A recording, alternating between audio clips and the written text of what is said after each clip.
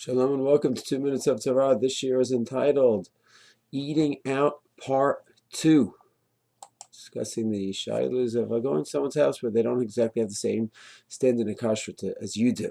So in the first show we saw a fascinating halacha that one can eat pat akum, bread where the kashrut is fine, but it was made in a factory, baked by goyim, and there are those who are stringent, and you're one of them. Can you eat by someone who is lenient and has pat akum? And the Shulchan Aruch says yes.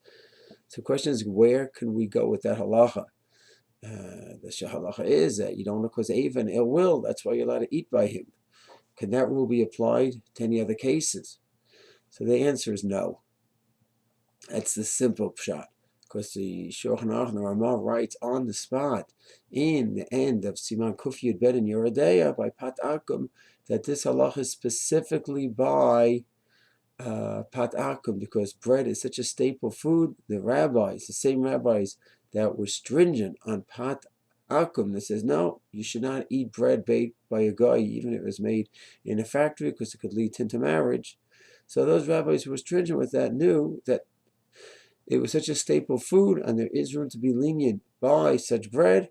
It's better to be lenient and avoid ava, ill will. It's such a basic food and you don't eat out at his house. He'll get upset, he'll get insulted, and better to be lenient and avoid ava, ill will. But this should not be applied to any other category. The Ramah's language is, do not apply this to other isurim.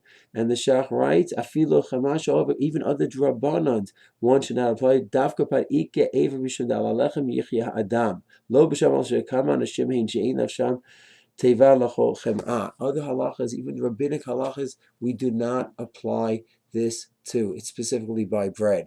So it turns out, our original question is eating at someone's house. He has a different standard than you do. So we found a source in the Shulchan Aruch which does allow one to lower, so to speak, his standards, but that's specifically by bread, because that could cause ava, such a basic food, could cause ill will if you don't eat by his house, you don't eat the bread by him. But regarding other halachot, we do not have a precedent as of now. So it's right now we still have the question. I do not eat non-halak meat. I do not eat gelatin. I do not eat heter mechira. Any of those cases where the guest doesn't eat different foods, okay, he doesn't eat milk that is not mahadrin because maybe it was milked on Shabbat. Automatically, those who have hashgacha have who to rely, but I don't eat by such. I don't eat such milk. All of these cases, can I eat by the person's house if it's going to cause ill will? So we don't have the law of ava.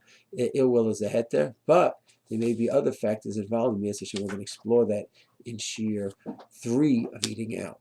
Shalom.